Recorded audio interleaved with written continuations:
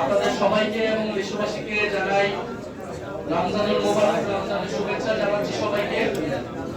এবং জাতীয় নাগরিক পার্টি এনসিপির পক্ষ থেকে আজকের এই প্রেস ব্রিফিং মূলত সমসাময়িক রাজনৈতিক ইস্যু এবং যে শব্দ গঠিত যে মন্ত্রিসভা হয়েছে তার উপর জাতীয় নাগরিক পার্টি এনসিপি যে আলোচনা পর্যালোচনা রয়েছে তার প্রেক্ষিতে আমাদের আজকের এই প্রেস ব্রিফিং। আপনারা যারা এসেছেন আপনাদেরকে আন্তরিক ধন্যবাদ এবং কৃতজ্ঞতা জানাই। প্রিয় সাংবাদিক ভাই বোনেরা এবং প্রিয় দেশবাসী, আপনারা সকলেই জানেন যে গত 12 ফেব্রুয়ারি বাংলাদেশে ত্রয়োদশ জাতীয় সংসদ নির্বাচন এবং গণভোট অনুষ্ঠিত হয়েছে। বাংলাদেশের বহুল আকাঙ্ক্ষিত নির্বাচন, গণ অভ্যুত্থানের পরবর্তী প্রথম নির্বাচন, হাজারো শহীদের রক্ত পেরিয়ে আমরা এই নির্বাচন অনুষ্ঠিত হয়ে নির্বাচন অংশগ্রহণ করেছি। আমাদের সকলের আকাঙ্ক্ষা ছিল এই নির্বাচনের মধ্য দিয়ে বাংলাদেশ গণতন্ত্রের পথে অগ্রসর হবে, বাংলাদেশের রাষ্ট্র সংস্কারের কাজ সম্পন্ন হবে, ফ্যাসিবাদের বিচার নিশ্চিত হবে, বাংলাদেশ আধিপত্যবাদ মুক্ত পাবে এবং দুর্নীতি মুক্ত সুশাসন নিশ্চিত করে আমরা একটি সমৃদ্ধ গণতান্ত্রিক এবং অন্তর্ভুক্তি বাংলাদেশ নির্মাণের পথে এগিয়ে যাব। কিন্তু নানা কারণে আমাদের সেই স্বপ্ন ভঙ্গ হয়েছে, আমরা আশাহত হয়েছি, নির্বাচন প্রশ্নবিদ্ধ হয়েছে। আমরা নির্বাচনকে নিয়ে আমাদের সেই পর্যালোচনাগুলো রেখেছি। নির্বাচন প্রক্রিয়া, নির্বাচনের ভোট গ্রহণ সুষ্ঠু হলেও নির্বাচনের ফলাফলে কারচুপি হয়েছে এবং সেগুলো সত্ত্বেও আমরা গণতন্ত্রের স্বার্থে, আমরা দেশের স্থিতিশীলতার স্বার্থে আমরা এই নির্বাচনের ফলাফল বলা চলে মেনে নিয়ে আমরা কিন্তু আমরা সামনের দিকে এগোতে দিয়েছি। আমরা বাংলাদেশের জাতীয় সংসদকে এবং সংস্কার পরিষদকে, সংবিধান সংস্কার পরিষদকে কার্যকর করতে আমরা শপথ গ্রহণ করেছি। আপনারা জেনেছেন অলরেডি যে শপথ গ্রহণের প্রথম দিন, যেদিন শপথ গ্রহণ এবং মন্ত্রিসভার শপথ যেদিন গঠিত হলো, সেই দিনই কিন্তু বাংলাদেশের জনগণের সাথে, বাংলাদেশের যারা সংস্কারের জন্য প্রত্যাশী ছিল, যারা গণভোটে হ্যাঁ পক্ষে গণরায় দিয়েছে, তাদের সকলের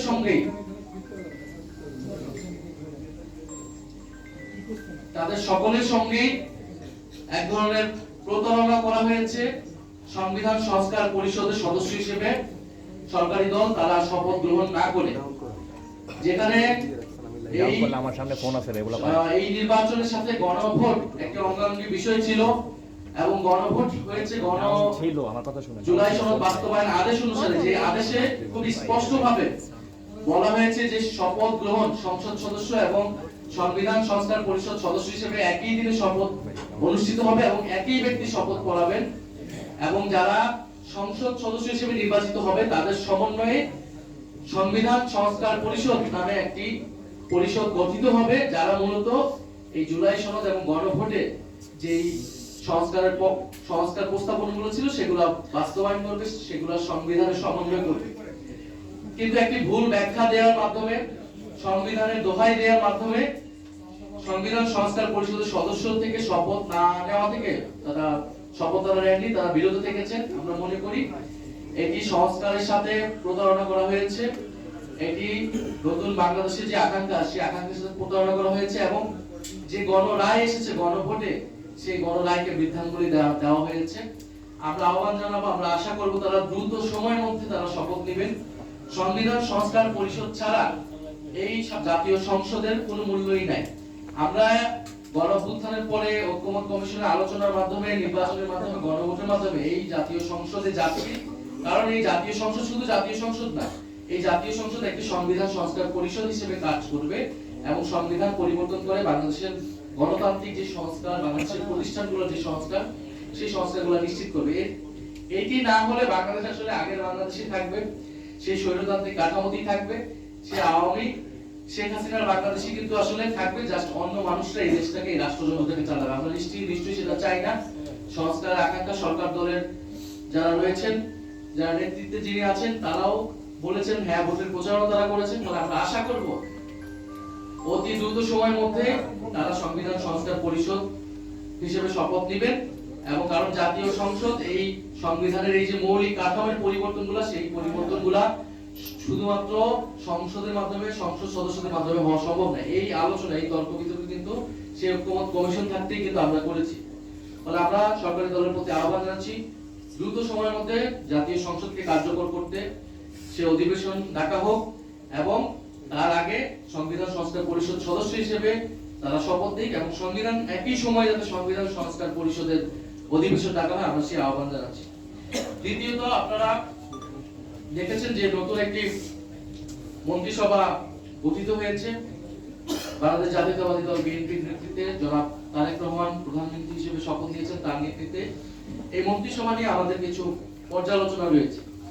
কারণ স্বাভাবিকভাবে আমরা আশা করেছিলাম যে এই মন্ত্রিসভা বা যেই জিতুক না কেন এই নির্বাচনের মাধ্যমে তারা পরবর্তী যে সরকার নেতৃত্ব দেবে, মন্ত্রিসভা গঠিত হবে, তা নতুন বাংলাদেশের যে আকাঙ্ক্ষা, সংস্কারের যে আকাঙ্ক্ষা, পরিবর্তনের আকাঙ্ক্ষার সাথে সামঞ্জস্যপূর্ণ হবে। কিন্তু এই মন্ত্রিসভা দেখে আমাদের কাছে কোনোভাবে মনে হয়নি এটি পরিবর্তনের যে আকাঙ্ক্ষা, সেই আকাঙ্ক্ষার সাথে সামঞ্জস্যপূর্ণ। বরং এটি আসলে পুরনো বন্দোবস্তের যে ধারাবাহিকতা, আমরা সেটাই দেখতে পাচ্ছি এই মন্ত্রিসভা গঠনের মধ্য দিয়ে। এই কারণগুলো আমরা বলছি। প্রথমত, এই মন্ত্রিসভায় আঞ্চলিক ভারসাম্য রক্ষা করা হয়নি। আপনারা জানবেন যে 25টি জেলা, সেখানে কোনো মন্ত্রী বা প্রতিমন্ত্রী করা হয়নি, অর্থাৎ এখানে একটা আঞ্চলিক বৈষম্য রয়েছে স্পষ্টভাবে। এই মন্ত্রিসভা অন্তর্ভুক্তিমূলক হয়নি এবং প্রতিনিধিত্বশীল হয়নি। সেখানে নারীর অংশগ্রহণ বলেন, ভিন্ন ধর্মাবলম্বী বা ভিন্ন জাতিগোষ্ঠীর অংশগ্রহণ বলেন, সেটা যথেষ্ট পরিমাণ হয়নি। প্রতিনিধি জনগণের সার্বিকভাবে জেলা বলেন, ধর্ম, বর্ণ সব মিলে এটা প্রতিনিধিত্বমূলক বা অন্তর্ভুক্তিমূলক মন্ত্রিসভা হয়নি বলে আমরা মনে করছি। এই মন্ত্রিসভার গড় বয়স প্রায় 60। মন্ত্রিসভায় কিছু তরুণদেরকে সুযোগ দেওয়া হলেও কিন্তু মন্ত্রিসভার গড় বয়স যদি দেখেন সেটা কিন্তু 60। অর্থাৎ আমরা যে তারুণ্য নির্ভর বাংলাদেশের কথা ভেবেছি, তারুণ্য নির্ভর বাংলাদেশের কথা বলেছি, জুলাইয়ে যে তারুণ্য শক্তি বাংলাদেশকে পথ দেখিয়েছে, আমরা তার প্রতিফলন এই মন্ত্রিসভায় দেখতে পাইনি। সবচেয়ে অ্যালার্মিং যে বিষয়টা, এই মন্ত্রিসভায় প্রায় 62% মন্ত্রী বা প্রতিমন্ত্রীগণ তারা ব্যবসায়ী, অর্থাৎ অর্ধেকেরও বেশি হচ্ছে ব্যবসায়ী। ব্যবসায়ী হওয়াটা অপরাধ নয়, কিন্তু এটা যেটা বললাম যে প্রতিনিধিত্বমূলক হওয়া উচিত, রাজনীতিবিদ এবং বিভিন্ন শ্রেণী পেশার মানুষ থাকা উচিত। কিন্তু যখন আপনি 62% অর্ধেকেরও বেশি ব্যবসায়ীদেরকে মন্ত্রিত্বে দিবেন মন্ত্রী প্রতিনিধি হিসেবে, তারা ব্যবসায়ীদের স্বার্থ রক্ষা করবে, জনগণের স্বার্থ রক্ষা করবে না। এবং এই ব্যবসায়ীদের মধ্যে উল্লেখযোগ্য সংখ্যক আছে যাদের ঋণ খেলাপির অভিযোগ রয়েছে, যেটা আমরা যখন নমিনেশন দেওয়া হয়েছিল তখনই কিন্তু আমরা এই অভিযোগগুলো করেছিলাম। অর্থাৎ নমিনেশন দেওয়ার ক্ষেত্রে যেরকম আমরা কোনো নতুনত্ব পাইনি, বিএনপির নমিনেশন দেওয়ার ক্ষেত্রে যেমন আমরা কোনো নতুনত্ব পাইনি, এই মন্ত্রিসভা গঠনেও আমরা কিন্তু কোনো নতুনত্ব পাইনি। ঋণ খেলাপিদেরকে মন্ত্রিত্ব দেওয়া হয়েছে। আমি নাম না নিয়ে যদি বলি, 3টি গুরুত্বপূর্ণ মন্ত্রণালয়, সবচেয়ে অনেক বড় বাজেটের মন্ত্রণালয়, এমন একজনকে দেওয়া হলো যিনি রিয়েল এস্টেট ব্যবসায়ী এবং হত্যা মামলার আসামি। ব্যবসায়ীর স্বার্থে একটা হত্যাকাণ্ড ঘটিয়েছে, যার অভিযোগ রয়েছে তার প্রতি, তার কর্মী সমর্থকদের প্রতি, এবং দলেও তিনি অত গুরুত্বপূর্ণ কেউ না। শুধুমাত্র আর্থিক, ব্যবসায়িক এবং দুর্নীতির কারণেই তাকে সেই মন্ত্রণালয়ে দেওয়া হয়েছে। ফলে এরকম ঋণ খেলাপি, আরো ঋণ খেলাপি রয়েছে, তাদেরকে বিভিন্ন মন্ত্রণালয়ে দেওয়া হয়েছে। বিএনপির প্রায় 62% নির্বাচিত যারা সদস্য রয়েছে, সংসদ সদস্য, তাদের কোনো না কোনো ভাবে তাদের ঋণ রয়েছে। 62% সংসদ সদস্যদের, যার ঋণের পরিমাণ হচ্ছে 18,868 কোটি টাকা। এটা আমার মত না, এটা হচ্ছে টিআইবির একটা রিপোর্ট অনুযায়ী 18,868 কোটি টাকা ঋণ তাদের সম্মিলিত 62% সদস্যের। আমরা জানতে চাই, তারা জনাব প্রধানমন্ত্রী জনাব তারেক রহমান দুর্নীতির বিরুদ্ধে কঠোর অবস্থানের কথা বলছেন, কিন্তু তার নিজের মন্ত্রিসভা এবং তার নিজের যে সংসদ সদস্য, তাদের সরকারি দল রয়েছে, তারা যে ঋণগ্রস্ত অবস্থা আছে, সেই ঋণ তারা কবে পরিশোধ করবে? বাংলাদেশের মানুষ সেটা জানতে চায়, বাংলাদেশের জনগণ সেটা জানতে চায়। সেই ঋণ পরিশোধ করে তারপরেই দুর্নীতির বিরুদ্ধে কথা বলা উচিত। কারণ দুর্নীতি প্রতিরোধ আসলে নিজের ঘর থেকে করতে হবে, নিজের দল এবং মন্ত্রিসভা থেকে করতে হবে। ফলে আমরা দেখতে পাচ্ছি যে এই মন্ত্রিসভায় ব্যাপক ধরনের আর্থিক অস্বচ্ছ, দুর্নীতিগ্রস্ত এবং ঋণ খেলাপির অভিযুক্ত, হত্যা মামলার আসামি, এই ধরনের লোককে এই মন্ত্রিসভায় স্থান দেওয়া হয়েছে। নিশ্চয়ই কিছু ভালো অভিজ্ঞ লোকদেরকে এই মন্ত্রিসভায় স্থান দেওয়া হয়েছে, আমরা সেটাকে সাধুবাদ জানাই। কিন্তু আমরা আশা করেছিলাম যে এই মন্ত্রিসভাটা জুলাই গণঅভ্যুত্থান পরবর্তী প্রথম নির্বাচনে বিজয়ী সরকার, বিজয়ী দলের যে মন্ত্রিসভা আছে সেটা সম্পূর্ণরূপে পরিমাণ ফ্রেশ থাকবে। 2001 থেকে 2006 দুর্নীতির অভিযোগ ছিল, বিভিন্ন সময় প্রমাণিত হয়েছে এই ধরনের লোকদেরকে কিন্তু মন্ত্রিসভায় স্থান দেওয়া হয়েছে, মন্ত্রী বা প্রতিমন্ত্রী পর্যায়ে স্থান দেওয়া হয়েছে। ফলে এটা আমাদের আসলে জন আকাঙ্ক্ষার সাথে যাচ্ছে না, পরিবর্তন বা সংস্কার আকাঙ্ক্ষার সাথে এই মন্ত্রিসভা যাচ্ছে না, এবং এই মন্ত্রিসভা দুর্নীতি প্রতিরোধ করতে পারবে বলেও আমরা মনে করছি না। বরং এটা দুর্নীতিগ্রস্ত আমাদের যে মাফিয়া সিন্ডিকেট ভিত্তিক আমাদের যে অর্থনৈতিক ব্যবস্থা, রাজনৈতিক ব্যবস্থা ছিল বিগত আমলে আমরা দেখেছি, সেটারই ধারাবাহিকতা করবে বলে আমাদের কাছে মনে হচ্ছে। তারপরে এই মন্ত্রিসভায় অন্তর্বর্তী সরকারের গুরুত্বপূর্ণ ব্যক্তিরা এই মন্ত্রিসভায় স্থান পেয়েছে। অনেকে নির্বাচিত হয়, অনেকে টেকনোক্রেট কোটায় তারা স্থান পেয়েছে।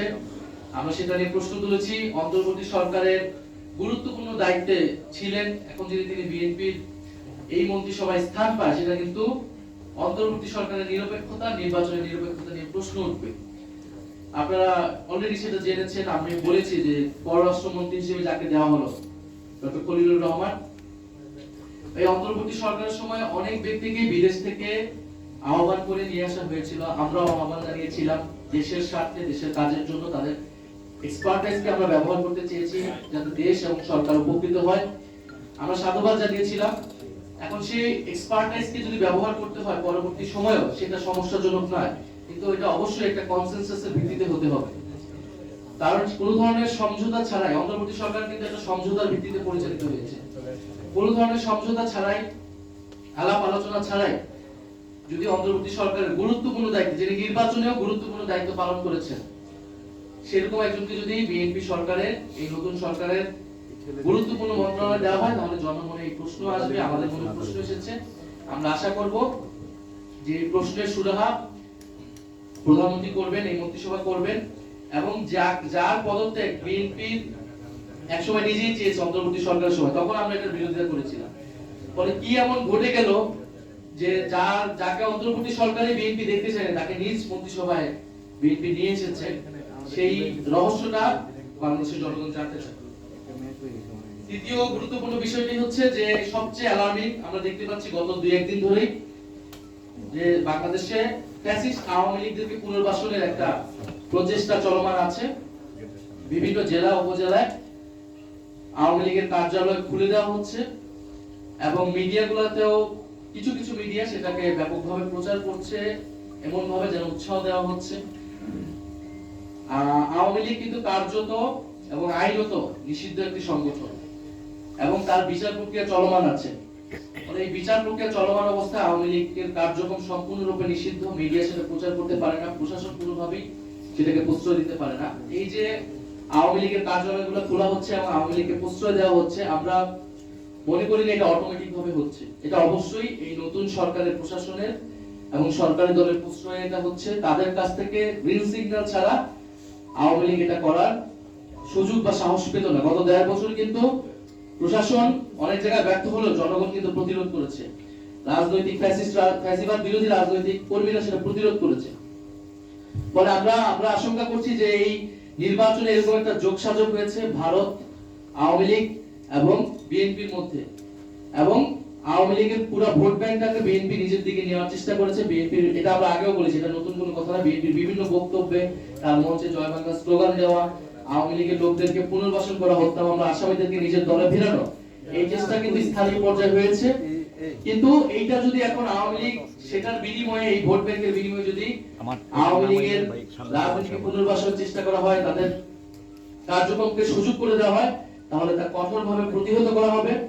আমরা প্রশাসনের প্রতি আহ্বান জানাবো যে 8টি বা 9টি জেলায় আওয়ামী লীগের জেলা কার্যালয় তারা তালা খুলেছে, সেটা কিভাবে হয়েছে আমরা তার জবাব দিতে চাই, এবং অবিলম্বে সেটা প্রশাসনিকভাবে আইন শৃঙ্খলা বাহিনীর দায়িত্ব সেই কার্যালয় বন্ধ করা। যদি তারা ব্যর্থ হয় তাহলে আমরা কিন্তু রাজনৈতিকভাবে প্রতিরোধের ডাক দেব সারা বাংলাদেশে, এবং সেটার জন্য কিন্তু এই সরকারকে আমরা কিন্তু কাঠগড়ায় দাঁড়াবো, এই ফ্যাসিস্টদেরকে পুনর্বাসনের দায়।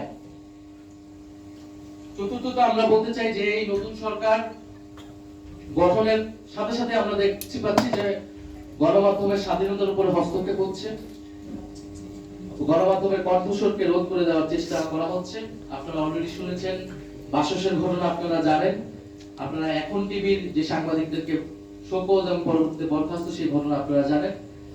আমরা মনে করি যে ভিন্ন মত থাকবে, সংবাদপত্রের কাজই হচ্ছে, গণমাধ্যমের কাজই হচ্ছে প্রশ্ন করা। সেখানে আমরা চাই না যে কোনো দলীয় গণমাধ্যম ফ্যাসিস্ট সময়ের মতো কোনো দলীয় গণমাধ্যম হোক, কিন্তু আমরা ইতিমধ্যে সেই প্রবণতা দেখতে পাচ্ছি। আমরা আশা করব এটা এই মুহূর্ত থেকে এটা বন্ধ হবে, গণমাধ্যম স্বাধীনভাবে কাজ করবে এবং নির্বাচনে বা বিগত সময়ে কে কোন দলের পক্ষে কাজ করেছে এটা বিষয় না। সংবাদ মাধ্যম বা গণমাধ্যম বস্তুনিষ্ঠভাবে, সাংবাদিকরা নিরপেক্ষভাবে কাজ করবে, এটা আমরা সাংবাদিকদের কাছ থেকেও সেটা যে দায়িত্বশীল আচরণ আশা করি, সবসময় বলে এসেছি। সরকারের কাছ থেকেও আমরা সেটা আশা করব এবং সরকার দলীয় লোক যারা বিভিন্ন হাউজে রয়েছে তারাও যাতে ভিন্ন মতের কোনো সাংবাদিকদের উপরে বা সত্য প্রকাশ করেছে এমন কোনো সাংবাদিকদের উপরে তারা তাদের কণ্ঠ রোধ করবে না এবং স্বাধীনভাবে সাংবাদিকরা কাজ করতে পারবে। এছাড়াও আমরা দেখতে পাচ্ছি যে রমজান মাসে আমরা জানি যে রমজান মাসে বাংলাদেশের মানুষ ইবাদত বন্দেগী করে।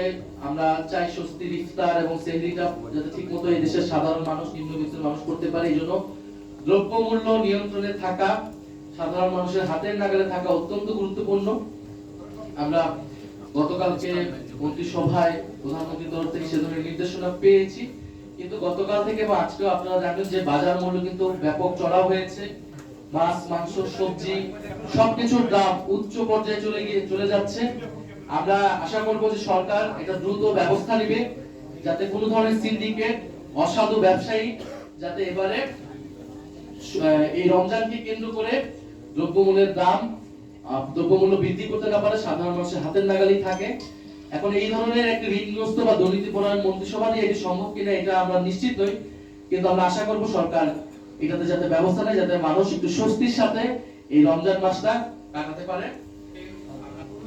এবং সর্বোপরি আমরা এই সরকারের প্রতি আহ্বান জানাচ্ছি, আমাদের প্রথম আহ্বান থাকবে যে দ্রুত সময়ের মধ্যেই সংবিধান সংস্কার পরিষদ, সরকারি দলের প্রতি আহ্বান থাকবে সংবিধান সংস্কার পরিষদের সদস্য হিসেবে শপথ গ্রহণ করে জাতীয় সংসদ এবং সংস্কার পরিষদ সভার সংবিধান সংস্কার পরিষদের প্রথম অধিবেশন ডাকার জন্য, এবং আইনের শাসন যাতে নিশ্চিত হয়, পুলিশ যাতে দলীয়করণ না হয়। আমরা অলরেডি বিভিন্ন জায়গায় সে ধরনের প্রবণতা দেখছি। গণমাধ্যম, পুলিশ অর্থাৎ বিভিন্ন প্রতিষ্ঠান যেটা ফ্যাসিস্ট আমলে, আগের আমলে দলীয়করণ হয়েছে, আমরা আশা করব এবার দলীয়করণ হবে না। ফলে পুলিশের সংস্কারের যে প্রস্তাবনাগুলো রয়েছিল, পুলিশ কমিশন সহ, সেটা যাতে দ্রুত সময়ের মধ্যে বাস্তবায়ন হয়, পুলিশের যাতে দলীয়করণ না হয়, রাস্তাঘাটে চলাফেরা যাতে নারীর নিরাপত্তা নিশ্চিত হয়। স্বরাষ্ট্র মন্ত্রী বলেছেন যাতে মব কালচার বন্ধ করবে। আমরা সাধুবাদ জানাবো সেই ধরনের উদ্যোগ গ্রহণ করলে বা আইনের শাসন নিশ্চিত করলে। বিশেষত বিগত সময়ে আমরা বাজার ভাঙচুর দেখেছি, যারা এই ঘটনার সাথে জড়িত ছিল তাদেরকে যাতে বিচারের আওতায় আনা হয়। তবে মানুষের যাতে ন্যায্য প্রতিবাদ করার বা বিক্ষোভের যে গণতান্ত্রিক অধিকার, সেই অধিকার যাতে সরকার হরণ না করে বা আইন শৃঙ্খলা বাহিনীকে যাতে সেই ক্ষেত্রে ব্যবহার না করে, সেই বিষয়ে যাতে সরকার সতর্ক থাকে, সে বিষয়ে আমাদের আহ্বান থাকবে। এবং সর্বোপরি আমাদের যে সংস্কারের আকাঙ্ক্ষা, সেই আকাঙ্ক্ষার বাস্তবায়নে আমরা সরকারের প্রতি আহ্বান জানাবো যাতে ঐক্যবদ্ধভাবে সরকার এটা সেই আকাঙ্ক্ষার সাথেই কাজ করে। কারণ সেই আকাঙ্ক্ষার যদি ব্যত্যয় ঘটে, ফলে কিন্তু জনগণ সেটা মেনে নেবে না এবং আমরাও জনগণের প্রতিনিধি হিসেবে আমাদেরকে রাজপথকে বেছে নিতে হবে। কিন্তু আমরা চাই যে এই যে নতুন সরকার গঠিত হয়েছে, সরকারের সাথে কাজ করতে, কিন্তু সরকার যদি ঋণ খেলাপি যারা রয়েছে তাদের বিরুদ্ধে ব্যবস্থা না নেয়, আমরা সেই জানতে চাই যে ঋণ খেলাপিদের বিরুদ্ধে কি ব্যবস্থা নিবে, তারা ঋণ কতদিনের নাগাদ পরিশোধ করবে। বিশেষত নির্বাচন কমিশন যেহেতু এই ঋণ খেলাপিদেরকে সুযোগ করে দিয়েছে নির্বাচন করার, ফলে নির্বাচন কমিশনের এটা দায়িত্ব যে এই ঋণ খেলাপিদের দ্রুত সময়ের মধ্যে তারা ঋণ পরিশোধ করবে। এবং যারা হত্যা মামলার আসামি রয়েছে, সেই মামলার তদন্ত যাতে নিরপেক্ষভাবে হয়, বিচার যাতে পায় ভিকটিমরা, সেটা আমরা আহ্বান জানাচ্ছি। এবং সারা দেশে যে বিরোধী দলের উপরে যে দমন পীড়ন আমরা নির্বাচন দিন থেকে আমরা দেখে এসেছি, সেটা কিন্তু এখনো বন্ধ হয়নি। হাতিয়ার যে ধর্ষণের ঘটনা, সেটা মামলা মাত্র হয়েছে। আমরা আশা করব এই সকল ঘটনা মামলা নিরপেক্ষভাবে পরিচালিত হবে এবং বিভিন্ন জায়গায় বিরোধীদের উপরে মামলা দেওয়া হচ্ছে। আমরা সেই আওয়ামী আমলের সংস্কৃতি কিন্তু এই নতুন সরকার থেকে আমরা প্রত্যাশা করি না। আমরা আশা করব যে বাংলাদেশে দ্রুতই সংসদ এবং সংবিধান সংস্কার পরিষদ চালু হবে। আমরা সেখানে আমাদের এই কথাগুলো, আমাদের এই বক্তব্যগুলো আমরা দিতে পারবো। আমাদের এটাই ছিল যে নতুন মন্ত্রী পরিষদ গঠিত হয়েছে এবং সমসাময়িক বিষয়ে আমাদের অবস্থান। যদি আপনাদের প্রশ্ন থাকে